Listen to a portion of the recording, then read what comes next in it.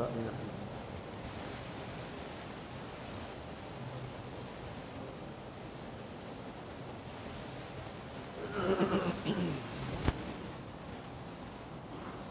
إلا الله.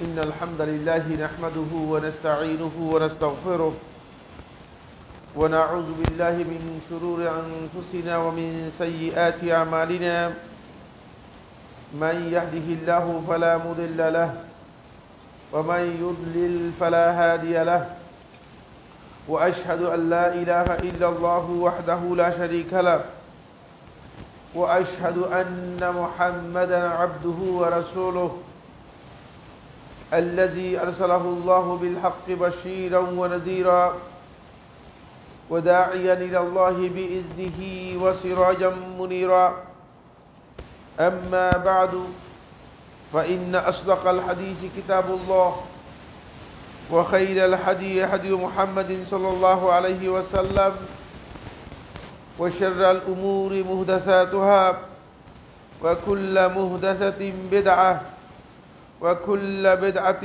ضلالة وكل ضلالة في النار أو كما قال عليه الصلاة والسلام عباد الله أوصيكم ونفسي بتقوى الله عز وجل فإن تقوى الله سبحانه وتعالى ملاك الحسنات وخير الزاد ليوم المعاد قال الله سبحانه وتعالى في كلامه المجيد أعوذ بالله من الشيطان الرجيم يا أيها الذين آمنوا اتقوا الله حق تقاته ولا تموتن إلا وأنتم مسلمون فاتقوا الله عباد الله وأخلصوا أعمالكم لله عز وجل قال الله عز في علا وما أمروا إلا ليعبدوا الله مخلصين له الدين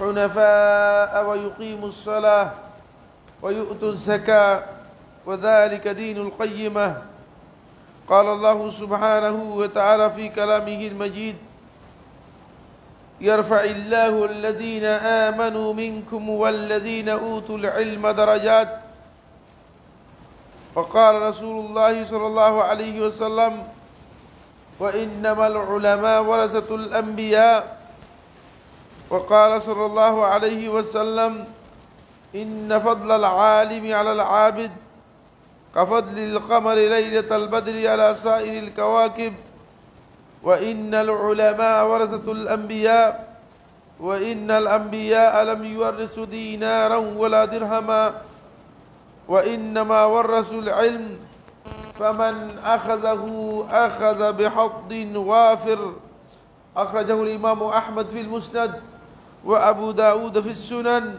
والترمذي والأصل في الصحيحين সম্মানিত হাজিরিন মুসল্লিয়ানে কেরাম শুরুতে আমি আমাকে সহ আপনাদেরকে জীবনের প্রত্যেকটি পর্যায়ে প্রত্যেকটি ক্ষেত্রে আল্লাহ রাব্বুল আলামিনের তাকওয়া অবলম্বন করার উপদেশ দিচ্ছি আল্লাহ তাআলা আমাদের সবাইকে ঘরে বাইরে প্রকাশ্যে জীবনের সকল ক্ষেত্রে আল্লাহ রাব্বুল আলামিনের তাকওয়া অবলম্বন করার তৌফিক দান করুন সম্মানিত হাজিরিন আমরা একটা ব্যতিক্রমধর্মী বিষয় নিয়ে আজকে আলোচনা করব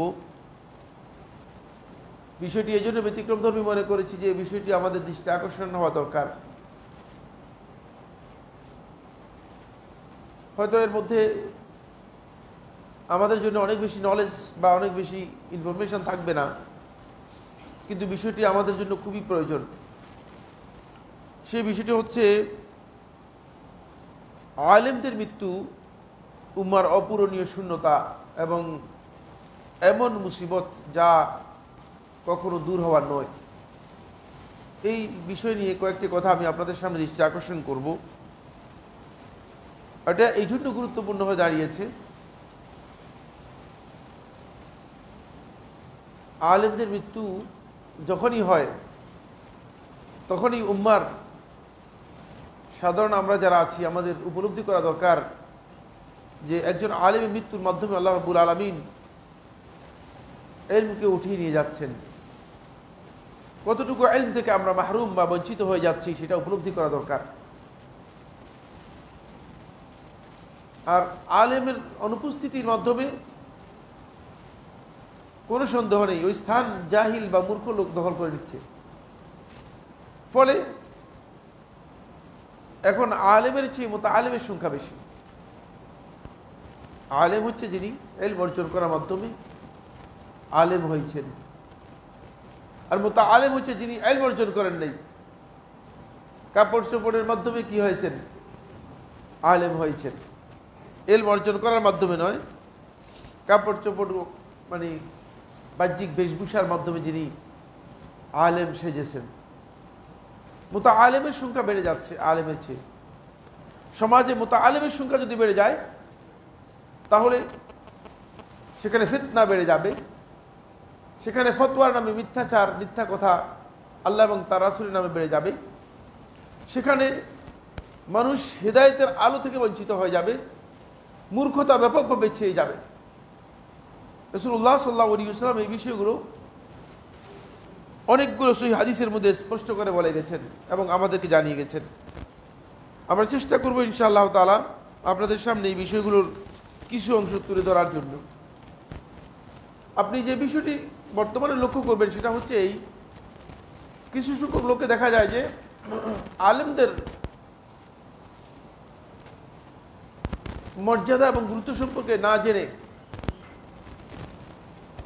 তাদের শ্রেষ্ঠত্ব সম্পর্কে, উম্মার উপর তাদের অবদান সম্পর্কে না জেনে আন্দাজের উপর কিছু সংখ্যক চটকদার লোক, কিছু সংখ্যক হয়তো আলোচক, বক্তা অথবা মোটিভেশনাল স্পিকার বলা হয় থাকে, ইত্যাদি ইত্যাদি, আমি জানি না সব কিছু, তাদের কথায় তারা মানে উৎসাহিত হয়ে, অনুপ্রাণিত হয়ে তারা মনে করে থাকেন যে এরা মনে হচ্ছে অনেক বড় জ্ঞানী। জ্ঞানের উৎস হচ্ছে কোরআন এবং হাদিস। ফলে শেখুল ইসলাম ইবনে তাইমিয়া রাহমাতুল্লাহ আলাইহি মজমু ফাতাওয়ার মধ্যে উল্লেখ করেছেন যে সত্যিকার আলেমদের লক্ষণ হচ্ছে তারা কোরআন এবং হাদিস থেকে বক্তব্য দেবে, তারা আল্লাহ এবং তার রাসূলের বক্তব্যকে অগ্রাধিকার দেবে, তাদের বক্তব্যের মধ্যে চটকদার যুক্তি অথবা বিতর্কের বিষয় থাকবে না। এটা আপনাদের কাছে এই জন্য খুব বেশি পছন্দ হবে না, কারণ আপনারা পছন্দ করেন যে যুক্তিপূর্ণ কথা বললেই মানে যুক্তিবাদী, কেউ কারো কারো নামও আছে যুক্তিবাদী, সুনির্দিষ্ট ব্যক্তি সম্পর্কে আমি বলছি না, যেহেতু আন্দাজ যুক্তির উপর নির্ভর করে তিনি কি করেন, বক্তব্য দিয়ে থাকেন। ফলে মানুষ এটাকে সবচেয়ে বেশি অগ্রাধিকার দিয়ে থাকে। এটা ইলমের পরিচয় নয়। ইলমের পরিচয় হচ্ছে যত বেশি তিনি কোরআন এবং সুন্নাহর কথা বলবেন। এই জন্য সালাফদের বক্তব্যের মধ্যে শেখুল ইসলাম ইবনে তাইমিয়া রাহমাতুল্লাহ বলেন, সালাফদের বক্তব্যের মধ্যে বরকত এবং নসিহত রয়েছে, আর আমাদের বক্তব্যের মধ্যে শুধুমাত্র মানে চাতুরতা এবং চাতুর্য রয়েছে। দুটোর মধ্যে পার্থক্য আছে। বরকতের মধ্যে আপনি হেদায়েত পাবেন, ছোট্ট একটা কথার মাধ্যমেও হেদায়েত লাভ করা যেত সালাফদের বক্তব্য থেকে, ছোট্ট একটি বক্তব্যের মাধ্যমে। কিন্তু আমাদের অনেকেই বক্তব্য দেন ঘন্টার পর ঘন্টা। মাহফিলগুলোতে তো মৌলবী যখন মঞ্চে উঠেন মাইক ধরার পর থেকে আরম্ভ করে 2.5 ঘন্টা তো তিনি মানে শেষ করার প্রশ্নই আসে না। কি বলছেন, কোথায় থেকে কোথায় গিয়েছেন সেটা তিনিই ভালো জানেন, কিন্তু সেখান থেকে আদৌ হিদায়াতের কিছু আছে কিনা। দেখা যায় যে যারা ওয়াজ মাহফিল শুনে চলে যাচ্ছেন তারা সামাফ করার জন্য, হিদায়াতের বিষয়গুলোকে মানে একসাথ করার জন্য, একটা খোলাসা করার জন্য, কনক্লুশন দেওয়ার জন্য, কনক্লুড করার জন্য দেখা যায় কিছুই নেই, ভিতরে কিছুই নেই। কারণ হচ্ছে যা বলছে এগুলো কিছুই মানে পাওয়ার মতো কিছুই নেই। এর কারণ একটাই, সেটা হলো এই চটকদার বক্তব্যের মধ্যে আসলে হিদায়াত নেই, বরকত নেই, নসিহত নেই। আলেমদের বক্তব্যের মধ্যে নসিহত ছিল। আর আলেমরা যখন চলে যাবে তখন বিশাল ক্ষতি হয়ে যাবে উম্মার। আসুন একটি একটি করে একটু সামনের দিকে অগ্রসর হই। আলেমরা হচ্ছে মূলত ইলমের এই জগতে বিশাল তারকারাজি। এই তারকাগুলো আল্লাহ রাব্বুল আলামিন আসমানের মধ্যে যে আল্লাহ তাআলা তারকা দিয়েছেন এর মধ্যে হিকমত আছে। হিকমত দুটি কোরআনের মধ্যে আল্লাহ তাআলা উল্লেখ করেছেন। ইলমের জগতে আলেমরা হচ্ছেন তারকারাজির মতো, যারা আলেমদেরকে ফলো করতে পারবে, তারা মূলত হেদায়েত থেকে বিচ্যুত হবে না, হেদায়েতের রাস্তায় তারা থাকতে পারবে। আলেমরাই আল্লাহ তাআলার অনুগ্রহে, আল্লাহ রাব্বুল আলামিনের অনুমতিক্রমে, অনুমোদনে মানুষদেরকে অন্ধকার থেকে ইলমের আলোর দিকে নিয়ে আসতে পারে। এই কারণেই যুগে যুগে আলেমদের বিষয়ে আল্লাহ রাসূল সাল্লাল্লাহু আলাইহি ওয়াসাল্লাম আলাদা করে হাদিস বর্ণনা করেছেন, আলাদা করে কোরআনের মধ্যে বর্ণনা এসেছে, আলাদা করে আল্লাহ তাআলা বর্ণনা করেছেন। কোরআনে আল্লাহ রাব্বুল আলামিন আলেমদের মর্যাদার ব্যাপারে স্পষ্ট করে বলেছেন যে ইয়ারফাইল্লাহু আল্লাযীনা আমানু ওয়াল্লাযীনা উতুল ইলমা দারাজাত। যাদেরকে আল্লাহ সুবহানাহু ওয়া তাআলা ইলম দিয়েছেন তাদেরকে আল্লাহ রাব্বুল আলামিন বহু মর্যাদা দিয়ে মর্যাদা সম্পন্ন করেছেন। এখানে দারাজাতের মধ্যে আল্লাহ তাআলা, আপনারা যারা আরবি ভাষা বুঝেন, বুঝার কথা, দারাজাতের মধ্যে আল্লাহ রাব্বুল আলামিন এক বছরের শব্দ ব্যবহার করেন নাই, বহু বছরের শব্দ ব্যবহার করেছেন। এটা বোঝানোর জন্য যে এটা সীমাবদ্ধ নয়, এটা এমন যে আল্লাহ তাআলা যতটুকু চান ততটুকু দারাজাত, ততটুকু মর্যাদা তাদেরকে দিয়েছেন। এখানে তাদের অন্যদের উপর, তবে ইলমের কারণে অন্য কোনো কারণে নয়। সামনে আলোচনা করব যে এখানে দুটি শর্ত রয়েছে, সেই শর্তগুলো একেবারে শেষ কথা বলবো। সূরা ফাতিরের 28 নম্বর আয়াতের মধ্যে আল্লাহ সুবহানাহু ওয়া তাআলা ঠিক একই কথা বলেছেন। যদি সত্যিকার আল্লাহকে যারা ভয় করে তাদের পরিচয় হচ্ছে আলেমরা। আল্লাহকে ভয় করতে হলে অবশ্যই ইলম আপনার মধ্যে আসতে হবে। সেটা যতটুকু ইলম যার মধ্যে এসেছে, যতটুকু ইলম যিনি অর্জন করতে পেরেছেন, যেই পর্যায়ের ইলম অর্জন করতে পেরেছেন সেই পর্যায়ে তিনি আল্লাহকে ভয় করতে পারবেন। এটা খুব কমন বিষয়, বোঝানোর জন্য সহজ। আপনার যদি সত্যিকার আল্লাহ তাআলার পরিচয় না জানা থাকে তাহলে আপনি আল্লাহকে ভয় করতে পারবেন না। এই জন্য আপনি যদি আল্লাহ রাব্বুল আলামিনকে সত্যিকার জানতে পারেন, আল্লাহ তাআলার পরিচয় লাভ করতে পারেন, তাহলে আল্লাহর ভয় আপনার অন্তরের মধ্যে আসবে। ফলে সহিহ বুখারী riwayতের মধ্যে এসেছে রাসূলুল্লাহ সাল্লাল্লাহু আলাইহি ওয়াসাল্লাম বলেছেন যে ইন্না লিল্লাহি 99 মিআতান ইল্লা ওয়াহিদান ইসমা। আল্লাহ রাব্বুল আলামিনের 99টি নাম রয়েছে, 100 থেকে একটি কম, 99টি নাম রয়েছে। মান হাফিযাহা ওয়া ওয়াআহা ওয়া আহসাহা দাখালাল জান্নাহ। যে এই নামগুলো উপলব্ধি করবে এবং এগুলো বুঝবে, এগুলো বুঝে নিজের মধ্যে বাস্তবায়ন করবে, এগুলো যে দাবি আছে, দাখালাল জান্নাহ, সে জান্নাতে প্রবেশ করবে। দেখেন, আল্লাহ তাআলার পরিচয় যদি আপনি পান তাহলে দেখবেন যে আপনি আল্লাহর পরিচয় পাওয়ার মাধ্যমে আপনি সরাসরি জান্নাতের রাস্তায় ঢুকে গেলেন, সরাসরি আপনি জান্নাতের রাস্তায় ঢুকে যেতে পারবেন। এই জন্য আলেমরা যেহেতু আল্লাহ রাব্বুল আলামিনের পরিচয়ের জায়গায় যেখানে আছে সেই পরিচয়ের জায়গায় প্রবেশ করেছে, ফলে আল্লাহ রাব্বুল আলামিন তাদেরকে ওই দিকে নিয়ে যাচ্ছেন। সূরা আয-যুমারের 9 নম্বর আয়াতের মধ্যে আল্লাহ সুবহানাহু ওয়া তাআলা বলেছেন আম্মান হুয়া কানিতুন আনা আল-লাইলি সাজিদান ওয়া কাইমা ইয়াহযারুল আখিরা ওয়া ইয়ারজু রাহমাত রাব্বিহ। আর সে কি ওই ব্যক্তি যে কানিতুন আনা আল-লাইলি সাজিদা, যে আল্লাহ রাব্বুল আলামিনের কাছে বিনয়নত হয়ে দাঁড়িয়ে থাকে, আনা আল-লাইলি সাজিদান, রাত্রে সিজদারত অবস্থায়, রাত্রের একটি অংশে, ওয়া কাইমান, অথবা দাঁড়িয়ে দণ্ডায়মান অবস্থায়, ইয়াহযারুল আখিরা, আখিরাতকে ভয় করে, ওয়া ইয়ারজু রাহমাত রাব্বিহ, এবং তার রবের রহমতকে সে আশা পোষণ করে থাকে। কুল হাল ইয়াস্তাউল লাযীনা ইয়ালামুনা ওয়াল লাযীনা লা ইয়ালামুন, আপনি বলুন যারা জানে আর যারা জানে না তারা কি সমান? ইন্নামা ইয়াতাযাক্কারু উলুল আলবাব, আর যারা প্রকৃত বুদ্ধিমান তারাই উপদেশ গ্রহণ করে থাকে। এই আয়াতের মাধ্যমে আল্লাহ সুবহানাহু ওয়া তাআলা এই কথা স্পষ্ট করে আল্লাহ রাব্বুল আলামিন জানিয়ে দিচ্ছেন, যারা জানে আর যারা জানে না তারা কোনোদিন সমান হবে না। যদিও ইবাদতের দিক থেকে তিনি সারা রাত দাঁড়িয়ে আল্লাহর ইবাদত করছেন এবং আল্লাহ তাআলার রহমত তিনি কি করতেছেন, কামনা করতেছেন, এবং দাঁড়িয়ে সিজদারত অবস্থায় রাত্রি যাপন করে যাচ্ছেন, কিন্তু না জানা আর না জানার কারণে এক বিশাল পার্থক্য এখানে বিদ্যমান রয়েছে। এটা আল্লাহ রাব্বুল আলামিন সূরা জুমারের 9 নম্বর আয়াতের মধ্যে আল্লাহ তাআলা বলেছেন। এরপর রাসূলুল্লাহ সাল্লাল্লাহু আলাইহি ওয়াসাল্লাম আলেমদের কথা বলেছেন, যেহেতু সময় কম এই জন্য সেদিকে না গিয়ে হাদিসের অর্থ না করেই বলে দিচ্ছি। আলেমদেরকে আল্লাহ রাসূল সাল্লাল্লাহু আলাইহি ওয়াসাল্লাম একেবারে কোনো কথা ছাড়াই, কোনো ধরনের বক্তব্য ছাড়াই সোজাই নবীদের ওয়ারিস বা উত্তরাধিকারী হিসেবে সাব্যস্ত করে দিয়েছেন। এটাই উত্তরাধিকারী, কারণ এরা নবুয়তের যে ইলম এই ইলমের উত্তরাধিকারী হিসেবে তাদেরকে আখ্যায়িত করা হয়েছে। এদিক থেকে তাদের মর্যাদা অন্যদের চেয়ে অনেক বেশি, যেহেতু আল্লাহ রাব্বুল আলামিন উত্তরাধিকারী দিয়েছেন তাদেরকে। নবীদের উত্তরাধিকারী হওয়ার অর্থ হচ্ছে এই যে নবীরা যে ইলম নিয়ে এসেছে, এই ইলমকে কিয়ামত পর্যন্ত মানুষের কাছে পৌঁছানোর যে উত্তরাধিকারের দায়িত্ব রয়েছে, এই দায়িত্বটুকু তারা পালন করতে পারবে। এই জন্য তাদের দিকে নিসবত করা হয়েছে, এই জন্য তাদেরকে নবীদের উত্তরাধিকারী হিসেবে আখ্যায়িত করা হয়েছে। এখানে অনেক বড় হাদিস রয়েছে।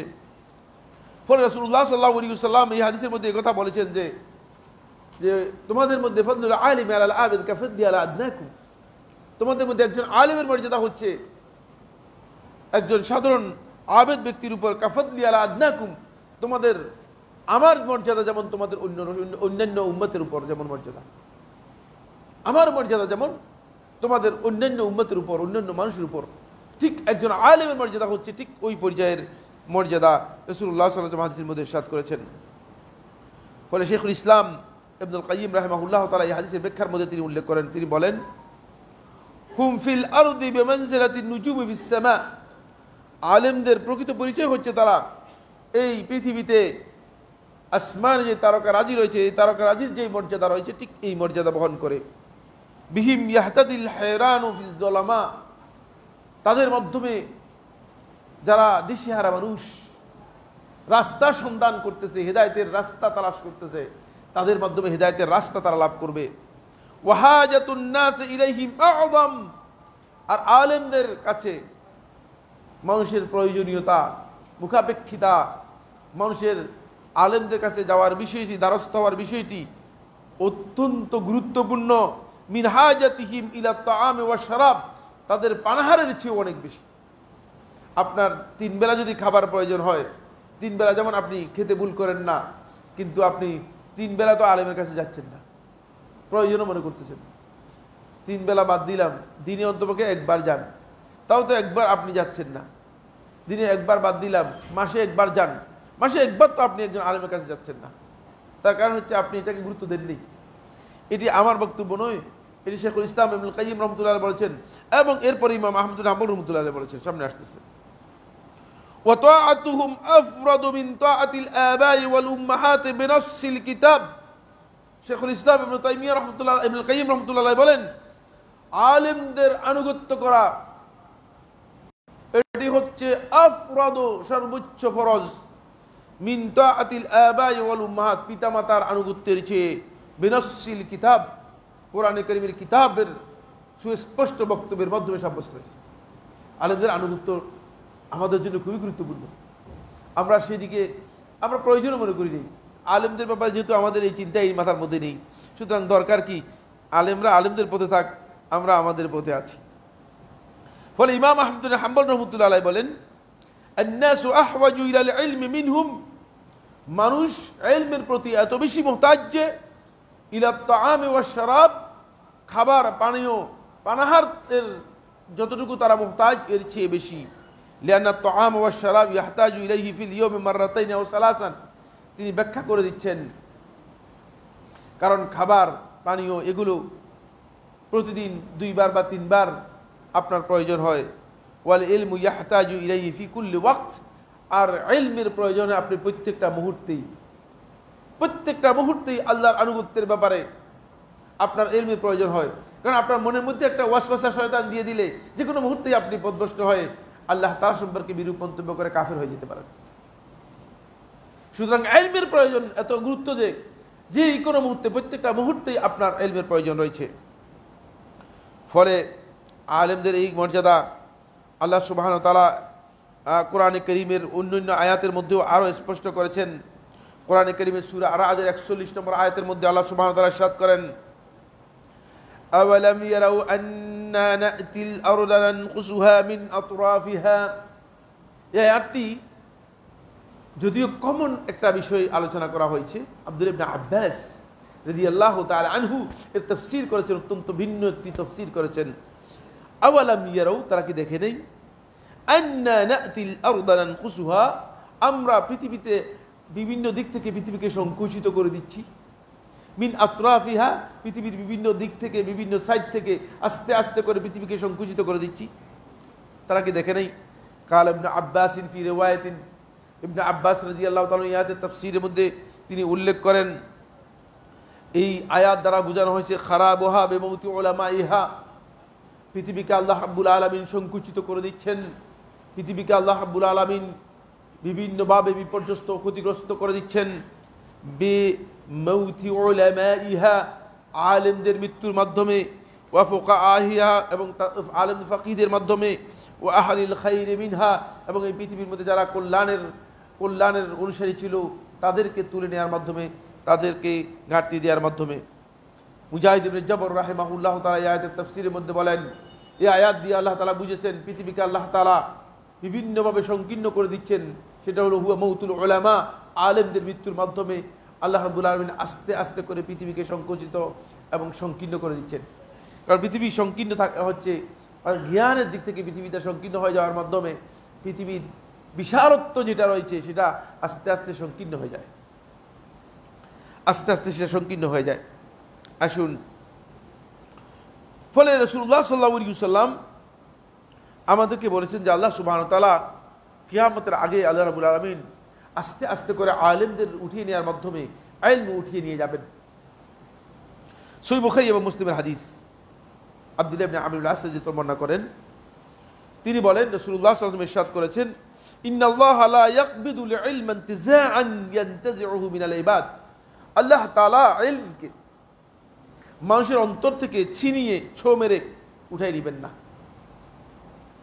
প্রত্যেকের অন্তর থেকে হঠাৎ করে মানুষগুলো ঘুম থেকে উঠবে, রাত্রে সকালবেলায় ঘুম থেকে উঠে দেখবে যে কেউ কিচ্ছু জানে না, এরকম হবে না, এরকম করবেন না। কিভাবে করবেন? ওয়ালাকিন বিকবদিল উলামা, ইলমটাকে আস্তে আস্তে আলেমদেরকে উঠিয়ে নেওয়ার মাধ্যমে ইলমটাকে কি করবেন? উঠিয়ে নেবেন। হাত্তা ইজা লাম ইউবকি আলিমান, এমনকি যখন একজন আলেমও বাকি থাকবে না, আস্তে আস্তে আলেমদেরকে উঠিয়ে নেবেন। তাহলে বোঝা যাচ্ছে কিয়ামতের আগে আলেমদেরকে আস্তে আস্তে করে উঠিয়ে নেবেন। যত আলেমদেরকে উঠিয়ে নেবেন তত পৃথিবী সংকীর্ণ হয়ে আসবে, ফিতনা তত বৃদ্ধি পাবে, তত মূর্খতা বাড়িয়ে যাবে, তত মূর্খতা মানুষের মধ্যে বাড়িয়ে যাবে, পৃথিবীটা সংকীর্ণ হবে। হাত্তা ইজা লাম ইউবকি আলিমান, যখন কোনো আলেম অবশিষ্ট থাকবে না, ইত্তাখাযান নাসু রুউসান জুহালান, তখন মানুষ একদল লোককে, মূর্খ একদল লোককে মনে করবে যে এরাই হচ্ছে নেতা, এরাই হচ্ছে সবচেয়ে বড় জ্ঞানী, এরাই হচ্ছে বুদ্ধিমান। এদেরকে মানুষ পণ্ডিত মনে করে এদের কাছে যাবে, এদের কাছ থেকে জ্ঞান নেওয়ার জন্য চেষ্টা করবে।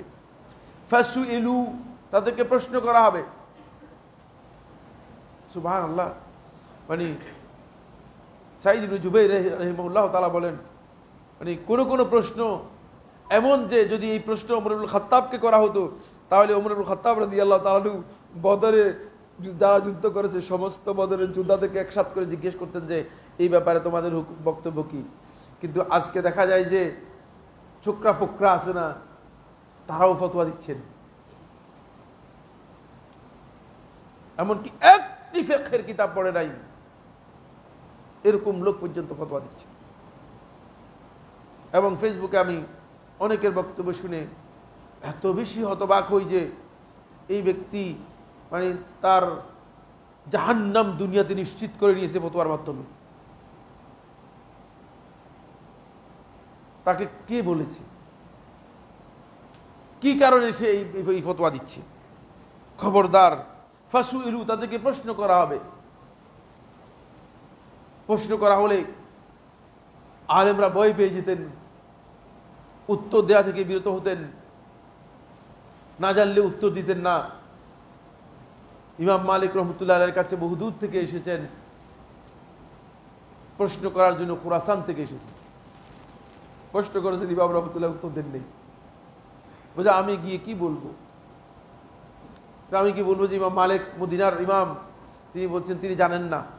বলছে কোনো অসুবিধা নেই, তুমি গিয়ে বলো যে ইমাম মালিক কিছু জানেন না বলে দিয়েছেন, এতে কিছুই আসবে। তোমার প্রশ্নের উত্তর হচ্ছে আমি আমার আখিরাতকে অগ্রাধিকার দিচ্ছি। তোমার প্রশ্নের উত্তর হচ্ছে আমি আমার আখিরাতকে অগ্রাধিকার দিচ্ছি, না জেনে প্রশ্ন উত্তর দেওয়ার। এটা নিজের বড় ধরনের ক্ষতির কারণ। কি হচ্ছে দেখেন, ফাআফতাউ বিগাইরি ইলমিন, তারা না জেনে ফতোয়া দিবে, ফাদাল্লু আদাল্লু, নিজেও পথভ্রষ্ট হবে এবং মানুষদেরকে পথভ্রষ্ট করবে। আজকে এই ভ্রষ্টতার রাস্তা একেবারে আমাদের কাছে ওপেন হয়ে গিয়েছে। আমরা বেশিরভাগ লোকদেরকে দেখতে পাচ্ছি যারা ভ্রষ্টতার এই পথে একেবারে দ্রুত এগিয়ে যাচ্ছেন। এই হাদিসের ব্যাখ্যার মধ্যে ফাথুল বারির মধ্যে হাফেজ ইবনে হাজার আসকালানী রাহমাতুল্লাহ আলাইহি বলেন, ফাদাল্লা হাযা আলা আন্না যাহাবাল ইলমি ইয়াকুনু বিযাহাবিল উলামা। এই হাদিস থেকে বোঝা যায় ইলম উঠে যাবে, ইলম চলে যাবে আলেমদের চলে যাওয়ার মাধ্যমে। আজকে গুরুত্বপূর্ণ বিষয় যেটি, সেটা হচ্ছে এই ইলমের মর্যাদা অপরিসীম, আলেমদের মর্যাদা অপরিসীম। আলী ইবনে আবি তালেব থেকে কেউ কেউ বর্ণনা করেছেন, কেউ কেউ আলী ইবনে হুসাইন থেকে বর্ণনা করেছেন, কিন্তু দুটি সনদেই বিতর্কিত। দুটি সনদকে তাহকিক করে আমি সঠিক পাইনি। তবে এটি প্রসিদ্ধ আলী ইবনে আবি তালেবের দিওয়ানের মধ্যে রয়েছে। আমি আপনাদেরকে পড়ে শুনাই, মাল ফাদলু ইল্লা লি আহলিল ইলমি আন্নাহুম আলাল হুদা লিমান ইজতাহাদা আদিল্লাহু ফাফুজ বিইলমিন তাইশ হাইয়ান বিহি আবাদা আন্নাস মাউতা ওয়া আহলুল ইলমি আহইয়াউ। খুবই স্পষ্ট করে বলেছেন, একমাত্র আলেমদেরই আল্লাহ তাআলার কাছে ফজিলত এবং শ্রেষ্ঠত্ব সাব্যস্ত হয়েছে। আর এর দলিল হচ্ছে আল্লাহ রাব্বুল আলামিন, আল্লাহর সম্মানিত বান্দা ফেরেশতাদের পরপরই আল্লাহ রাব্বুল আলামিন আলেমদের কথা উল্লেখ করেছেন। শাহিদাল্লাহু আন্নাহু লা ইলাহা ইল্লাহু ওয়াল মালাইকাতু ওয়া উলুল ইলমি কাইমান বিল কিসত। আল্লাহর এই জমিনে আল্লাহর মাখলুকাতের মধ্যে সবচেয়ে শ্রেষ্ঠ হচ্ছে আল্লাহর ফেরেশতারা।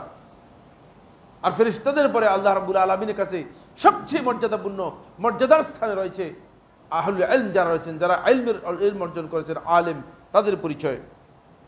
এই জন্য আল্লাহ রাব্বুল আলামিন ফেরেশতাদের পরে আলেমদের কথা উল্লেখ করেছেন। আর মাল ফাদলু ইল্লা লি আহলিল ইলমি আন্নাহুম, এই জন্য তাদের ফজিলত যে আলাল হুদা, তারা হেদায়েতের উপর রয়েছে, লিমান ইজতাহাদা আদিল্লাহু, আর যারা হেদায়েত তলব করতেছে, হেদায়েত চাইছে, তাদেরকে তারা হেদায়েতের রাস্তা দেখাতে পারবে।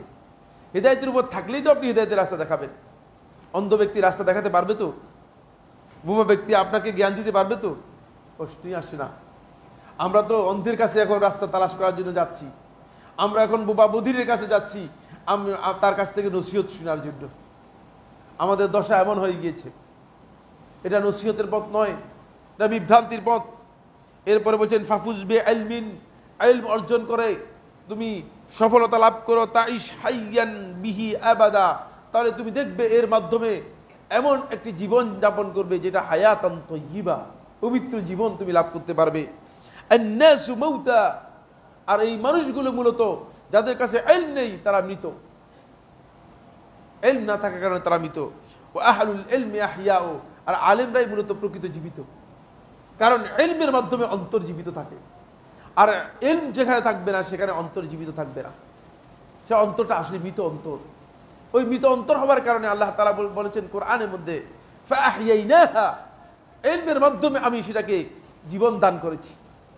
নবী এবং রাসূলগণ এই কারণেই এই ইলম আল্লাহর পক্ষ থেকে নিয়ে এসেছেন, যাতে করে ওই মানুষগুলো যেগুলো দেখতে জীবিত কিন্তু অন্তরগুলো মরে গিয়ে একেবারে শেষ হয়ে গিয়েছে, ওই মৃত অন্তরগুলোকে জীবিত করার জন্য আল্লাহ রাব্বুল আলামিন পক্ষ থেকে নবী এবং রাসূলগণ এসেছেন, যাতে করে এই অন্তরগুলোকে জীবিত করতে পারেন। আসুন, ফলে মাজমাউজ যাওয়ায়েদের মধ্যে সাঈদ ইবনে মুসাইয়্যিব রাহিমাহুল্লাহ তাআলা থেকে বর্ণিত হয়েছে, তিনি বলেন, শাহিদতু জানাজাতা যায়েদ ইবনে সাবিত, যায়েদ ইবনে সাবিত আল আনসারী রাদিয়াল্লাহু তাআলা আনহু, আপনারা জানেন তিনি অনেক বড় সাহাবী ছিলেন। আনসারী সাহাবীদের মধ্যে মানে আল্লাহ রাসূলের সবচেয়ে কাছের কাতিবে উহুদের মধ্যে একজন ছিলেন, যিনি কোরআনে কারীম কি করেছেন, কোরআনে কারীমকে একসাথে সংকলনের দায়িত্ব পালন করেছিলেন।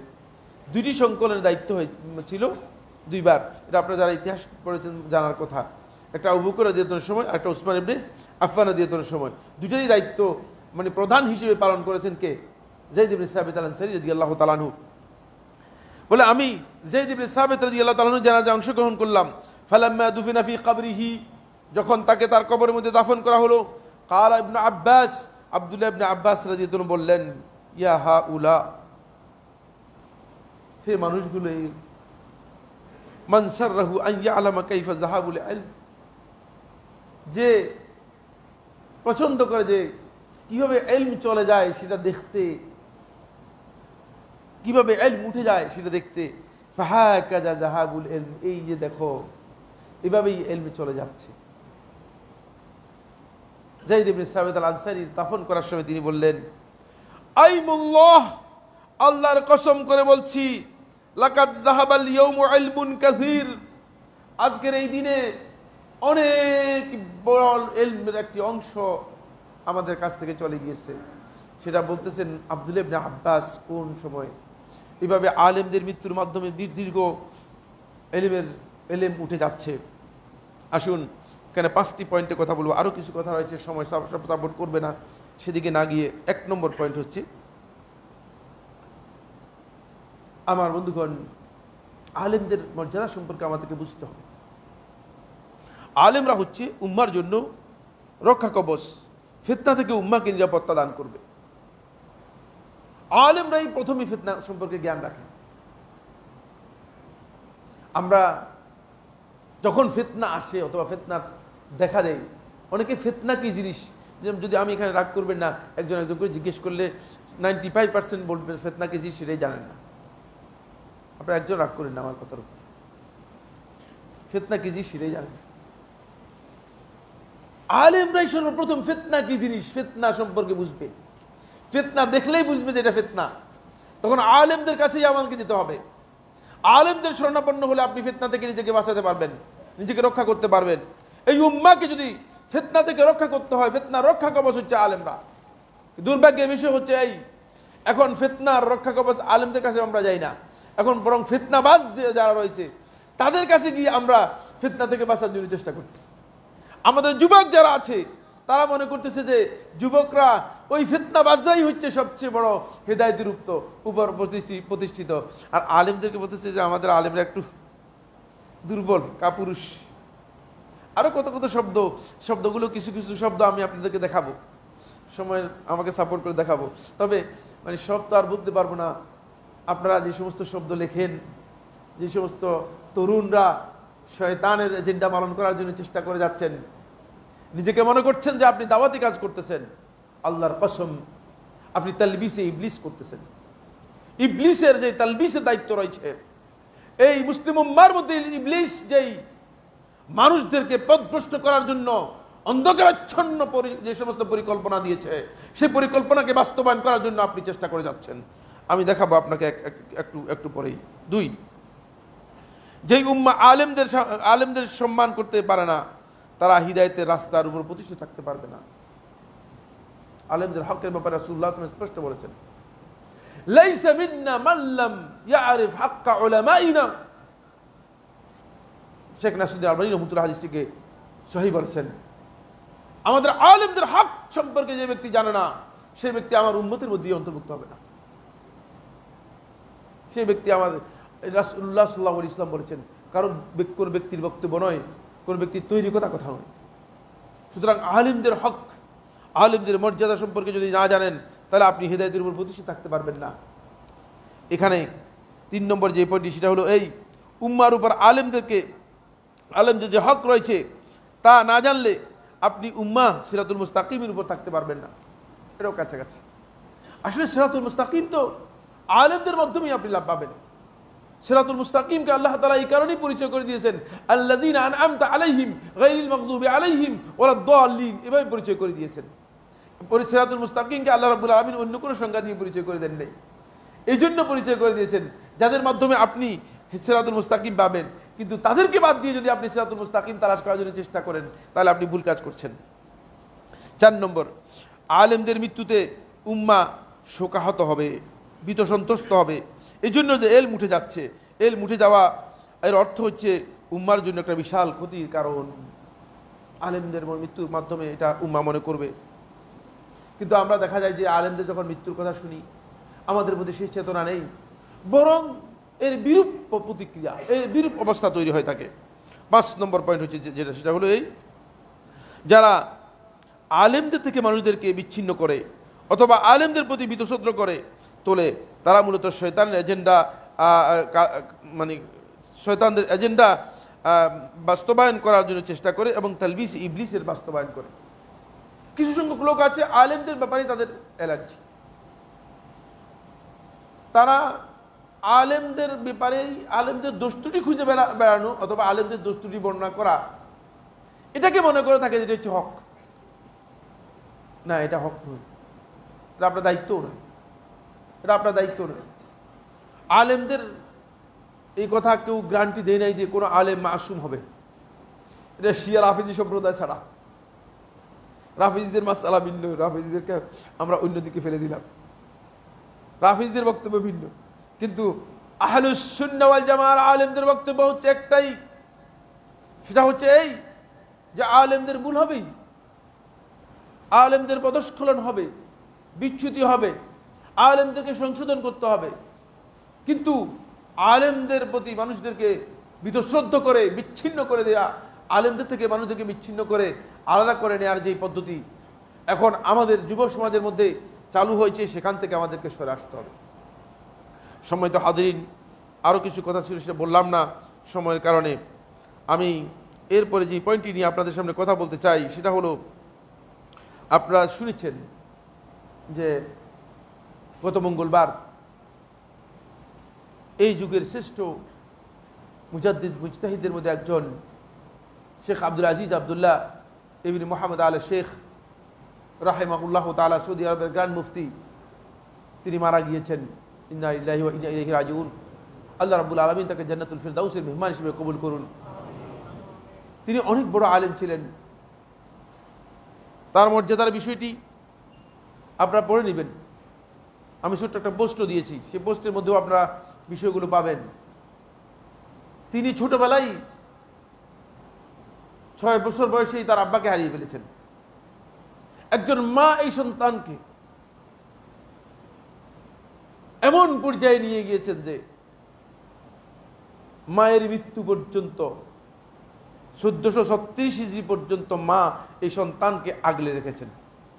1436 হিজরি সনে 100 বছর বয়সে মা মারা গিয়েছেন। বুঝতে পেরেছেন?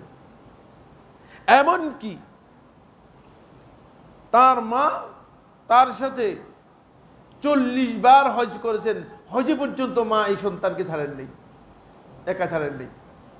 40 বার মা তার সাথে হজ করেছেন, তিনি মাকে নিয়ে আসতেন, হজ করেছেন। এই সন্তানকে এইভাবে বড় করেছেন, কোরআনের হাফেজ হয়েছেন। শেখ মোহাম্মদ ইব্রাহিম রহমতুল্লাহ আলাইহি, আপনারা জানেন মনে হয়, তিনি সৌদি আরবের গ্র্যান্ড মুফতি, প্রথম গ্র্যান্ড মুফতি ছিলেন।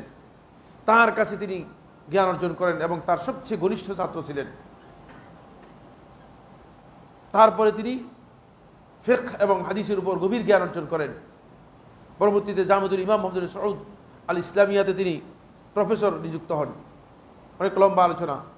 1402 হিজরি সন থেকে আরম্ভ করে 1402 হিজরি সন থেকে আরম্ভ করে গোটা মুসলিম উম্মার জানার প্রয়োজন রয়েছে 1400 কত চলছে, 47 হিজরি পর্যন্ত মন্ত্রীর পোস্টে ছিলেন।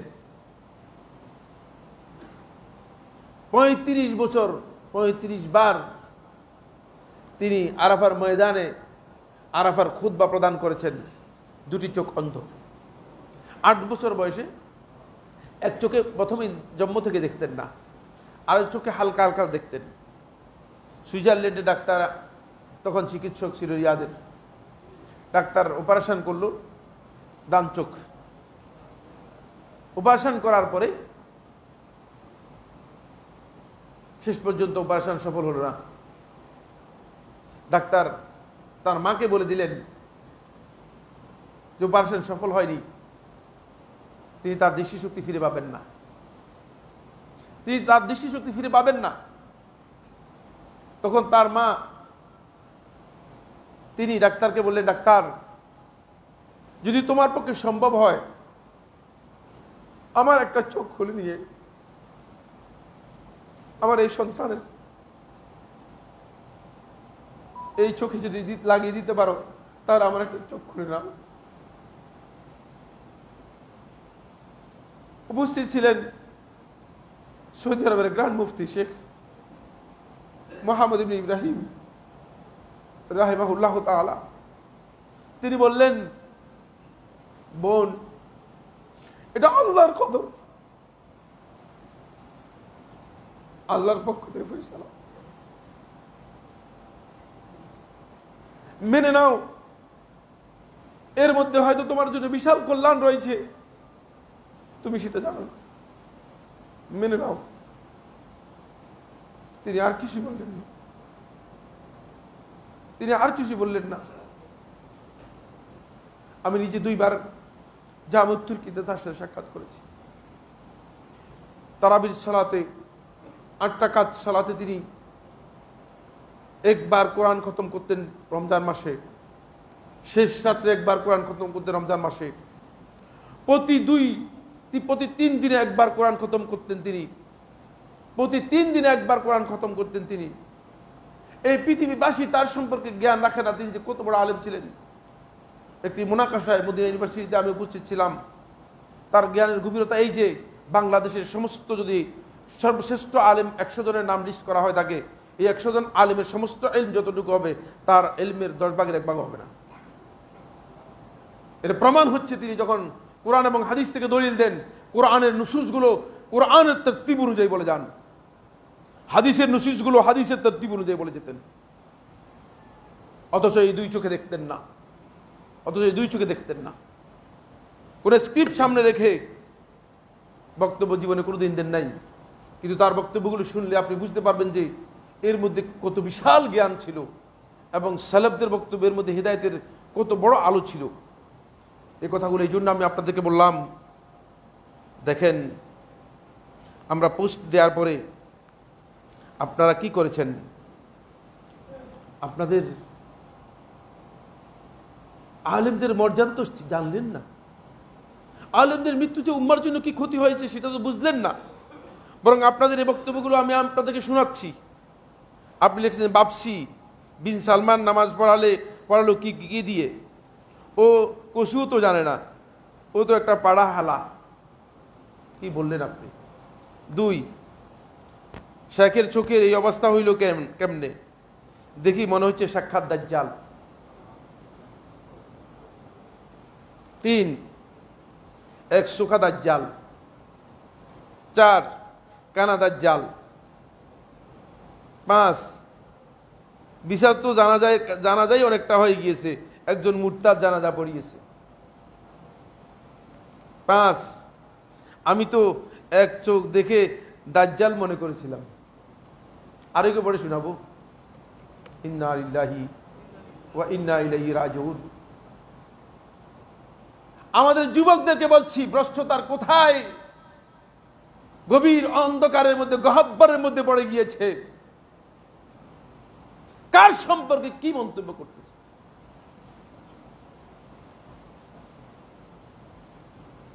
না জেনে মন্তব্য করতেছে। তার ছেলে অনেক বড় আলেম শেখ আব্দুল্লাহ বিন আব্দুল আজিজ আলে শেখ হাফিজাহুল্লাহ তাআলা, তিনি জামে তুর্কির ইমাম, তিনি ইমামতি করেছেন সালাতের মধ্যে। না জেনে আন্দাজের উপর ওই পথভ্রষ্ট শয়তানের অনুসারী যারা রয়েছে, তালবিসে ইবলিসের যারা কাজ করতেছে, তাদের কথাগুলোকে সামনে রেখে আপনারা এই ধরনের কথাগুলো বলতেছেন কিভাবে?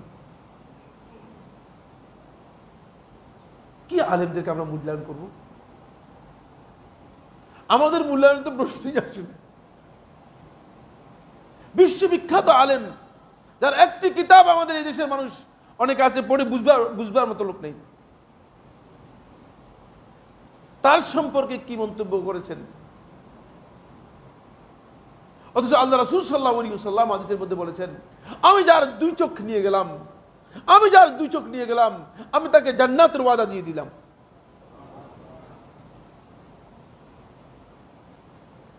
তার 2 চোখ ছিল না, তিনি যা করে গেছেন, তুমি 2 চোখওয়ালা, তুমি তো কি কাজ করেছো? তুমি তো রাস্তাই দেখতে পেলে না। ইলম অর্জন করা দূরের কথা, ইলমের রাস্তা পর্যন্ত তুমি দেখতে পাওনি। অত্যন্ত দুঃখ পেয়েছি। আমি এই যুবকদেরকে বলবো, খবরদার, আপনারা যাদের পিছনে ঘুরছেন, যাদের রাস্তায় আপনারা চলছেন, যারা আপনাকে পথ দেখাচ্ছে, এরা সবাই তালবিসে ইবলিস করতেছে। ইবলিসের দেখানো যে রাস্তা আছে সেই রাস্তায় আপনাদেরকে নিয়ে যাচ্ছে। সতর্ক হন, এখনো সতর্ক হওয়ার সময় আছে, অন্যথায় আপনারা ক্ষতিগ্রস্ত হয়ে যাবেন। এদেশের মানুষগুলো এখনো কিছু সংখ্যক আলেম হক কথা বলার কারণে হয়তো হক সম্পর্কে তারা জানার সুযোগ পাচ্ছে, কিন্তু সময় বেশি দিন নেই। আলেমরা আস্তে আস্তে উঠে যাবে। একজন আলেম উঠে যাওয়ার পরে এরপরে তার স্থলাভিষিক্ত আলেম হওয়া এটা সহজ বিষয় না, এটা অপূরণীয় একটি ক্ষতি, অপূরণীয় একটি ক্ষতি। এই ক্ষতি থেকে বাঁচার জন্য আমাদের সবাইকে চেষ্টা করতে হবে। আমি সর্বশেষ আপনাদের সামনে যে কথা বলবো সেটা হচ্ছে এই, আমাদের হক হচ্ছে আলেমদের জন্য দোয়া করা, আলেমদের জন্য এই কুমন্তব্য করা নয়। আমরা আলেমদের কাছে ঋণী, তারা তাদের ইলমের মাধ্যমে আমাদেরকে হিদায়াতের আলো দেখিয়েছেন, তাদের সম্মান আল্লাহ তাআলা দিয়েছেন, তারা আল্লাহর কাছে সম্মান পাবেন। আপনি যদি সম্মান না দেন কিছুই আসে যায় না, তারা আল্লাহর কাছে সম্মান পাবেন, কিন্তু আপনার করণীয়টুকু আপনি আদায় করলেন না। কে দেখেন কি করেছেন, দেখেন একটা উদাহরণ দিব, সময়ের কারণে পারলাম না আর বাকিটা বলার জন্য। আব্দুল্লাহ ইবনে আহমদ ইবনে হাম্বল বর্ণনা করেন, তিনি বলেন, কুলতুলি আবি, আমি আমার আব্বা আহমদ ইবনে হাম্বল রাহমাতুল্লাহকে প্রশ্ন করলাম, আইয়ু রাজুলিন কানা শাফিঈ, এই শাফিঈ ইমাম শাফিঈ রাহমাতুল্লাহ কোন পর্যায়ের ব্যক্তি ছিলেন যে আপনাকে প্রতিদিন দেখি আপনি সালাতের মধ্যে দোয়ার মধ্যে সবসময় শাফিঈর জন্য দোয়া করেন, কারণ কি, আপনাকে কেন এটা দেখতে পাই? তখন কালা ইয়া বুনাই, তিনি বললেন, হে আমার বৎস, হে আমার সন্তান, কানা কাশামসির দুনিয়া, চিনতে পারোনি? শাফিঈ হচ্ছে এই দুনিয়ার জন্য সূর্যের মতো। সূর্য যেমন গোটা পৃথিবীর মানুষকে আলোকিত করেছে, ঠিক শাফিঈ এমন ব্যক্তি যে গোটা পৃথিবীর মানুষকে জ্ঞান দিয়ে আলোকিত করেছে। ওয়াকাল আফিয়াতিল নাস, আর মানুষের জন্য সুস্থতা এবং নিরাপত্তার উপকরণ। কারণ যদি শাফিঈর এই ইলম না থাকতো তাহলে মানুষ হেদায়েতের আলো লাভ করতে পারতো না, হেদায়েতের পথ মানুষ পেত না। তাই ফাহাল্লি হাযাইনি মিন খালাফিন আও মিনহুমা মিন আওয়াদিন, এই দুইয়ের স্থলাভিষিক্ত হওয়ার কিছু আছে, সূর্যের স্থলাভিষিক্ত হওয়ার কিছু হওয়ার আছে, মানে সুস্থতার স্থলাভিষিক্ত হওয়ার কিছু আছে। এগুলোর বিনিময়ে কি কিছু আছে এই পৃথিবীতে? এগুলোর বিনিময় তো নেই। এই জন্য আলেমদের জন্য আমাদেরকে দোয়া করতে হবে, আলেমদের হক আমাদেরকে বুঝতে হবে। আল্লাহ সুবহানাহু ওয়া তাআলা আমাদের সবাইকে আলেমদের হক বুঝার তৌফিক দান করুন। আলেমদের সাথে দৃষ্টতা, আলেমদের সাথে বেয়াদবি করা, এটি এত জঘন্যতম অপরাধ। এই অপরাধের কারণে আপনি বিহ্মান হয়ে যাবেন। বরং আলমগীরির মধ্যে, ফতোয়া আলমগীরির মধ্যে ওলামায়ে কেরাম উল্লেখ করেছেন, যদি কেউ কোনো আলেমকে উপহাস করে, কোনো আলেমকে বিদ্রুপ করে শুধুমাত্র দ্বীনের জন্য, তাহলে সে ব্যক্তি কাফের হয়ে যাবে, মুরতাদ হয়ে যাবে। ফতোয়া আলমগীরি খুলে দেখেন, এই কাজ করতে যাবেন না, এই পথে যাবেন না, এই পথ অত্যন্ত ভয়ঙ্কর পথ। আল্লাহ রাব্বুল আলামিন আমাদের সবাইকে হিদায়াত দান করুন। আকুলু কাওলি হাযা লি ওয়া লাকুম ফাস্তাগফিরুল্লাহ লি ওয়া লাকুম ফাস্তাগফিরুহু ইন্নাহু হুয়াল গফুরুর রহিম। আলহামদুলিল্লাহ, আলহামদুলিল্লাহ আলা ইহসানিহি ওয়া শুকরু লাহু আলা তাওফীকিহি ওয়া ইমতিনানিহি ওয়া আশহাদু আল্লা ইলাহা ইল্লাল্লাহ ওয়াহদাহু লা শারীকা লাহু তা'যীমান লিশানিহি ওয়া আশহাদু আন্না মুহাম্মাদান আবদুল্লাহি ওয়া রাসূলুহু আদ-দাঈ ইলা রিদওয়ানিহি ওয়া আলা আলিহি ওয়া আসহাবিহি ওয়া ইখওয়ানিহি ইবাদাল্লাহ রাহিমাকুমুল্লাহ। ইন্নাল্লাহা আমারাকুম বিআমরিন কারীম ألا وهو الصلاة والسلام على النبي الكريم فقال في محكم التنزيل إن الله وملائكته يصلون على النبي يا أيها الذين آمنوا صلوا عليه وسلموا تسليما اللهم صل على محمد وعلى آل محمد كما صليت على إبراهيم وعلى آل إبراهيم في العالمين إنك حميد مجيد وبارك اللهم على محمد وعلى آل محمد كما باركت على إبراهيم وعلى آل إبراهيم في العالمين إنك حميد مجيد وارض اللهم عن الخلفاء الراشدين على أئمة المهديين أبي بكر وعمر وعثمان وعلي وعن سائر أصحاب محمد صلى الله عليه وسلم أجمعين اللهم أعز الإسلام والمسلمين।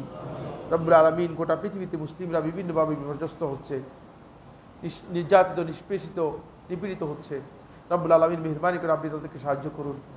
রব্বুল আলামিন মেহেরবানি করে তাদের সমস্যাগুলো, সংকটগুলো, বিপদগুলো দূর করে দিন। রব্বুল আলামিন, রব্বুল আলামিন ফিলিস্তিনি মুসলমানদেরকে আপনি সাহায্য করুন। রব্বুল আলামিন, রব্বুল আলামিন মুসলিমরা না খেয়ে মারা যাচ্ছে। রব্বুল আলামিন আপনি মেহেরবানি করে তাদের উপর রহমত নাজিল করুন, মেহেরবানি করে তাদের উপর রহমত নাজিল করুন। রব্বুল আলামিন, রব্বুল আলামিন আমাদের মধ্যে আমরা যারা অসুস্থ, বিপদগ্রস্ত, সমস্যাগ্রস্ত আছি, আমাদের বিপদ সমস্যা এগুলো দূর করে দিন। রব্বুল আলামিন, রব্বুল আলামিন আমাদের মধ্যে যে সমস্ত ভাইরা আমাদের এখানকার মুসল্লি ছিলেন, মারা গিয়েছেন, মেহেরবানি করে তাদের কবর আযাব মাফ করে দিন। রব্বুল আলামিন তাদেরকে ক্ষমা করে দিন। রব্বুল আলামিন আপনি তাদেরকে জান্নাতের মেহমান হিসেবে কবুল করুন। যারা অসুস্থ আছেন, আমাদের অনেক ভাই অসুস্থ আছেন, মেহেরবানি করে তাদেরকে সুস্থ করে দিন। রব্বুল আলামিন আমাদের সবাইকে রব্বুল আলামিন দ্বীনের উপর ইস্তেকামত দান করুন। রব্বুল আলামিন আমরা যেন যে আলেম হতে না পারি, আলেমদের জন্য সাহায্য লাভ করতে পারি, সেই তৌফিক আমাদেরকে দান করুন। রব্বুল আলামিন আলেমদের থেকে আমাদেরকে বিচ্ছিন্ন করবেন না। রব্বুল আলামিন আলেমদের সাথে থেকে যেন আমরা হিদায়াতের আলো লাভ করতে পারি, আমাদেরকে সেই তৌফিক দান করুন। আলেমদের প্রতি আমাদের যে ধারণা, ভুল ধারণা থাকলে সেই ভুল ধারণা আল্লাহ তাআলা মেহেরবানি করে দূর করে দিন রব্বুল আলামিন। ইবাদাল্লাহ রাহিমাকুমুল্লাহ, ইন্নাল্লাহা يأمر بالعدل والإحسان وإيتاء ذي القربى وينهى عن الفحشاء والمنكر والبغي يعظكم لعلكم تذكرون فاذكروا الله العظيم الجليل يذكركم واشكروه على آلائه ونعمه يزدكم ولذكر الله أكبر والله يعلم ما تصنعون.